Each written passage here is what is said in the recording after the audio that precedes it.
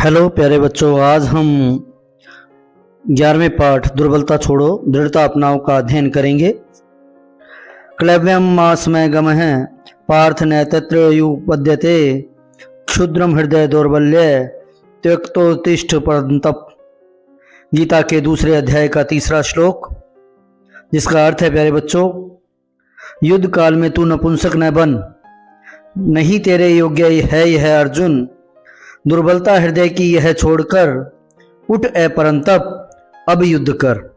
तो अर्जुन को कह रहे हैं श्री कृष्ण, हे अर्जुन, नपुंसकता को मत प्राप्त हो। नपुंसकता का मतलब है यहाँ पर कमजोरी को मत प्राप्त हो, कायरता को मत प्राप्त हो, तुझ में यह उचित नहीं जान पड़ती। हे परंतप, अर्जुन का दूसरा नाम यहाँ परंतप भी है प्यारे बच्चों। हृदय की तुच्छ छोटी दुर्बलता कमजोरी को त्याग कर युद्ध के लिए खड़ा हो जा। महाभारत युद्ध प्रारंभ होने से ठीक पहले अर्जुन अपना मनोबल पूरी तरह गिरा बैठे। युद्ध को लेकर तरह तरह की आशंकाओं, चिंताओं और फिर भय, शोक ने अर्जुन के मन पर पूरा अधिकार कर लिया। इतना बलवान अर्जुन, जो युद्ध में कभी किसी से परास्त नहीं हुआ, हारा नहीं, आज वह हार गया। किसी और से नहीं, अपने मन से, मन में भरी हुई मोह माया से, शोक और भय की वृत्ति से। परिणाम यह हुआ कि अर्जुन का मन कमजोर हो गया। कमजोर मन के कारण शरीर भी लड़खड़ाने लगा। अर्जुन निराश, उदास और हताश होकर रथ के पिछले भाग में जा बैठा। तो प्यारे बच्चों, जब व्यक्ति हताश हो जाता है, निराश हो जाता है, तो उसका मनोबल भी कमजोर हो जाता है, उसका आत्मविश्वास भी टूट जाता है, जिस तरह से अर्जुन का टूट गया। इसलिए हमें कभी निराश नहीं होना चाहिए, हताश नहीं होना चाहिए। अर्जुन को भगवान श्री कृष्ण यहाँ सीधा संकेत कर रहे हैं, क्षुद्रम हृदय दुर्बल्यम, अर्थात अपने हृदय की इस दुर्बलता को छोड़, जिसने तुझ महाबलशाली को भी इतना कमजोर कर दिया, इसको छोड़ दो। प्यारे बच्चों, याद रखो, यह बात केवल अर्जुन के लिए ही नहीं है। वैसे तो संपूर्ण गीता उपदेश मात्र अर्जुन के लिए है ही नहीं, अपितु प्रत्येक मानव के लिए है, हम सब के लिए है। गीता का यही भाव है कि यह समस्या अर्जुन की ही नहीं बल्कि हम सब की है।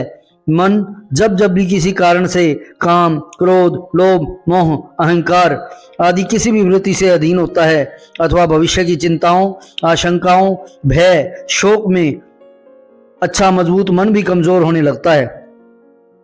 सच यह है कि चिंता, आशंका, भय आदि अंदर की ऊर्जा को वैसे ही खोखला करने लगते हैं जैसे लकड़ी के अंदर लगी दीमक लकड़ी को खोखला कर देती है। वर्तमान में बचपन और यौवन में ही लड़खड़ाया हुआ मनोबल और उसके फलस्वरूप मुरझाया हुआ चेहरा देखकर बहुत आश्चर्य एवं वेदना होती है। तो आज के समय में छोटे छोटे बच्चे हैं, आप जैसे युवा हैं, अगर उनके चेहरे देखें कि उनके चेहरे मुरझाए हुए हैं, उनका मनोबल गिरा हुआ है, वो लड़खड़ाए हुए हैं, तो ये सब देख के बड़ा आश्चर्य होता है। सोचो, क्या आप इसे अच्छा कह सकते हैं? क्या यह अन्याय नहीं है अनमोल यौवन के साथ? मन स्वस्थ, शांत, स्थिर, एकाग्र और विश्वास से भरा हुआ होगा तो ही शरीर से कुछ अच्छा कर पाओगे, तभी जीवन में महानता की सीढ़ियां चढ़ सकोगे। तो प्यारे बच्चों, मन को हमेशा शांत रखो, स्थिर रखो, स्वस्थ रखो। एकाग्र का मतलब होता है ध्यान एक जगह टिकाना, और जब इसमें विश्वास भरा होगा, हाँ हम कर लेंगे, हम कर सकते हैं, किसी भी काम से घबराएंगे नहीं, तभी तो जिंदगी में सफलता की, महानता की सीढ़ियां चढ़ पाओगे। जिन्होंने भी जिस किसी क्षेत्र में सफलता का शिखर छुआ है, ऊंचाइयां छुई हैं, तो मजबूत मनोबल से ही छुआ है। गिरे हुए मन अर्थात कमजोर हृदय से कभी भी किसी क्षेत्र में कोई आगे नहीं बढ़ पाया।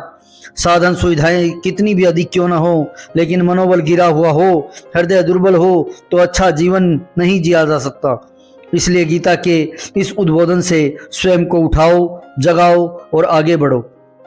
तो मैं इस वीडियो के माध्यम से हरियाणा विद्यालय शिक्षा बोर्ड का धन्यवाद करना चाहूँगा कि जिन्होंने ये पुस्तक आदर्श जीवन मूल्य 6ठी कक्षा से 12वीं कक्षा तक लगाई।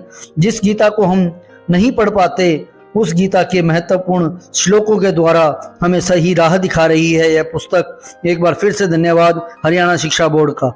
और जिन बच्चों ने अभी तक इस चैनल को सब्सक्राइब नहीं किया है वो सब्सक्राइब करें, लाइक करें, अपने दोस्तों के साथ शेयर अवश्य करें और आपके जो भी विचार हैं, सुझाव हैं या कोई शंका है, कोई सवाल है उसे कमेंट बॉक्स में ज़रूर लिखें। तो चलिए बच्चों इसके प्रश्न करते हैं। हताश होने के कारण अर्जुन की मनस्थिति कैसी थी? महाभारत युद्ध प्रारंभ होने से पहले अर्जुन अपना मनोबल पूरी तरह गिरा बैठा। युद्ध को लेकर तरह तरह की आशंकाओं, चिंताओं और फिर भय शोक ने अर्जुन के मन पर पूरा अधिकार कर लिया। दूसरा प्रश्न देखते हैं प्यारे बच्चों। चिंताएं व आशंकाएं मानव मन को कैसे प्रभावित करती हैं? चिंता, आशंका, भय आदि अंदर की ऊर्जा को वैसे ही खोखला करने लगते हैं जैसे लकड़ी के अंदर लगी दीमक लकड़ी को खोखला कर देती है। तीसरा प्रश्न बहुत प्यारे बच्चों, जीवन पथ पर सफलता पाने के लिए क्या जरूरी है? जीवन पथ पर सफलता पाने के लिए मनोबल का, आत्मविश्वास का, मनोबल का होना बहुत जरूरी है। भगवान श्री कृष्ण ने अर्जुन को सांकेतिक भाषा में क्या समझाया? भगवान श्री कृष्ण ने अर्जुन को सांकेतिक भाषा में मन की दुर्बलता, कमजोरी को छोड़कर युद्ध करने के लिए समझाया। जीवन में महानता की सीढ़ियां चढ़ने के लिए क्या आवश्यक है? जीवन में महानता की सीढ़ियां चढ़ने के लिए मन की कमजोरी का छोड़ना और मनोबल का ऊंचा होना बहुत आवश्यक है। आपकी समझ के कुछ प्रश्न देखते हैं प्यारे बच्चों। आपके विचार से कौन कौन सी वृत्तियां मनुष्य की प्रगति में बाधक हैं, मनुष्य के विकास में बाधा उत्पन्न करती हैं? काम, क्रोध, लोभ, मोह, अहंकार, चिंता, आशंका, भय, शोक, कमजोर मन आदि वृत्तियां मनुष्य की प्रगति में बाधक हैं। अपने जीवन की ऐसी परिस्थिति का वर्णन करें जब आप भी अर्जुन के समान दुविधाग्रस्त हुए हों। तो प्यारे बच्चों ऐसी जिंदगी में आपके कोई अगर घटना हुई है, ऐसा कोई समय आया है जब आप भी सही और गलत में फर्क न कर पाए हों या अपने पराये में भेद न कर पाए हों, तो ऐसी स्थिति का आपने स्वयं वर्णन कर। तो बच्चों ये था हमारा अध्याय जिसे हमने पढ़ा। उम्मीद करते हैं आपको अच्छा लगा होगा। अच्छा लगा है तो इसे लाइक करें, चैनल को सब्सक्राइब करें और अपने दोस्तों के साथ शेयर अवश्य करें। तो मिलते हैं बच्चों अगले अध्याय में शीघ्र ही।